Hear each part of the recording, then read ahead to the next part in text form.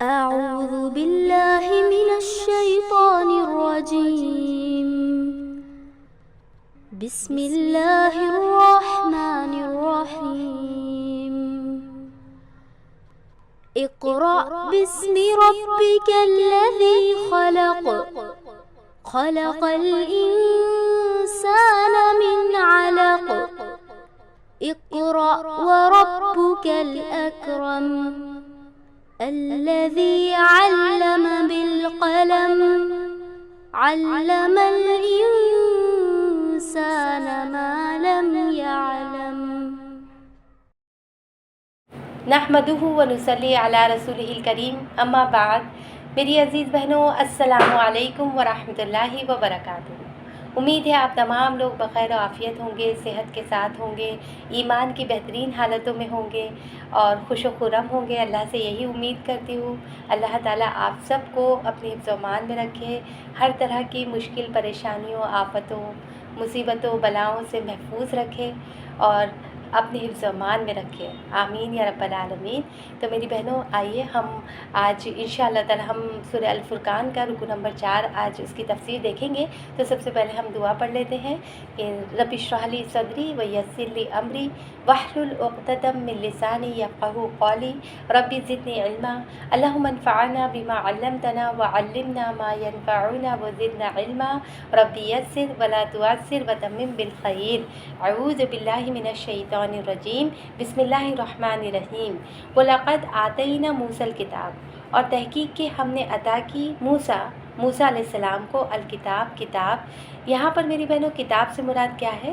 وہ احکامات ہیں جو اللہ تعالیٰ نے موسیٰ علیہ السلام کو وقتاً فوقتاً عطا کیے تھے. اس کے بارے میں ابھی آپ کو تفصیل بتاتی ہوں. وَجَعَلْنَا مَعَهُ أَخَاهُ هَارُونَ وَزِيرًا. وَجَعَلْنَا، اور ہم نے بنا دیا، معه اس کے ساتھ، اخاہ اس کے بھائی، ہارون علیہ السلام کو، وزیر کے طور پر، مددگار کے طور پر جو ہے ان کے ساتھ لگا دیا، ان کے مددگار کے طور پر لگا دیا. یعنی ہم نے موسیٰ علیہ السلام کو کتاب دی اور اس کے ساتھ ان کے بھائی ہارون علیہ السلام کو ان کی مدد کے طور پہ لگا دیا.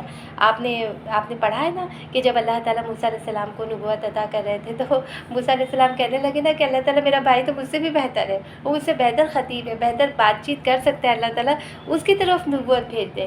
لیکن اللہ تعالیٰ نے نبوت حضرت موسیٰ ہی کو عطا کی، البتہ ان کی بات اس طرح سے پوری فرمائی کہ ان کے بھائی کو بھی ان کے ساتھ لگا دیا تاکہ ان کی بات بھی پوری ہو جائے اور انہیں ایک حوصلہ بھی ملے، ہے نا.